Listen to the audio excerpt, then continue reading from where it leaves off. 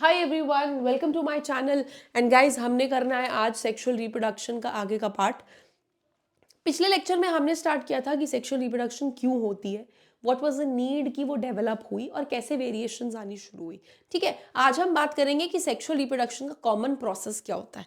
ठीक है, तो if each new generation is to be the combination of DNA copies, अगर हर जो नई जनरेशन बन रही है वो दो डीएनए कॉपीज जो अलग अलग पेरेंट्स से आ रही है उनका कॉम्बिनेशन है, तो each new generation will and up taking the twice amount of DNA present. For example, ये क्या कहने वाले हैं, for example this is the egg which was supposed ovum which is supposed to come from the mother। ठीक है, if I talk about humans, और father से आने वाला है स्पर्म। ठीक है, this is the sperm. Both are single cell, this is also one cell and this is also one cell. But if you remember from your previous knowledge कि ये जो गेमीट्स होते हैं दे आर हैप्लॉइड। हैप्लॉइड का मतलब इनके अंदर 23 chromosomes होते हैं, वेयरएज जो नॉर्मल बॉडी सेल होता है उनके अंदर 23 पेयर्स होते हैं क्रोमोसोम्स के, मतलब टोटल 46 होते हैं। ठीक है, तो वो ये कह रहे हैं कि ऐसा कैसे हो जाता है कि इनके अंदर 23 क्रोमोसोम बन जाते हैं, बिकॉज अगर नॉर्मल सेल फ्यूज करते तो ये भी 46 होते, ये भी 46 होते, तो जो नया बेबी बनता उसके अंदर तो 46 प्लस 46 हो जाते, वो तो फिर गलत हो जाता, डबल हो जाता डीएनए। करेक्ट, तो वो ये कह रहे हैं कि ये वाली जो ऊपर वाली सिचुएशन है ये कैसे आती है। ठीक है, this is likely to mess up the control and taken up by the cellular apparatus.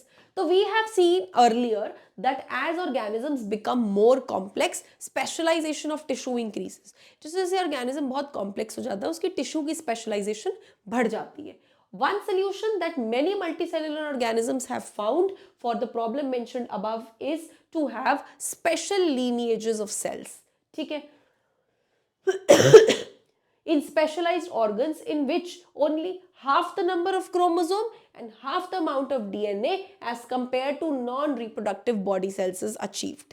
वही हुआ ना, half the number of chromosome and as a result half the number of DNA, जो original cell में था उससे half हो जाता है। How? By the process of meiosis। एक सेल डिवीजन है जिसे मियोसिस कहते हैं, उस मियोसिस में जो ये क्रोमोसोम का नंबर है वो क्या हो जाता है, half. Next, this is achieved by the process of cell division called as meiosis. Thus when these germ cells from two individuals combine, तो जो रिजल्टेंट हमारा जाइगोट बनता है उस जाइगोट के अंदर 23 प्लस 23 हो जाते हैं, जो कि हमारे ओरिजिनल सेल के जैसा था। Correct. Next, if zygote is to grow and develop, अगर जाइगोट को ग्रो करना है और डेवलप करना है इनटू ऑर्गेनिज्म जिसके अंदर अच्छे टिश्यूज और अच्छे ऑर्गन्स हो, तो उसके पास सफिशिएंट स्टोरेज ऑफ एनर्जी होनी चाहिए, तभी तो उसके सेल्स इतना काम कर सकते हैं। Correct. So in very simple organisms ये देखा गया है कि दो germ cells they are not very different from one another, जो दो हमारे गेमीट्स हैं वो एक दूसरे से बहुत ज्यादा अलग नहीं है। ठीक है, और मे इवन बी सिमिलर और हो सकता है कि काफी ज्यादा सिमिलर हो।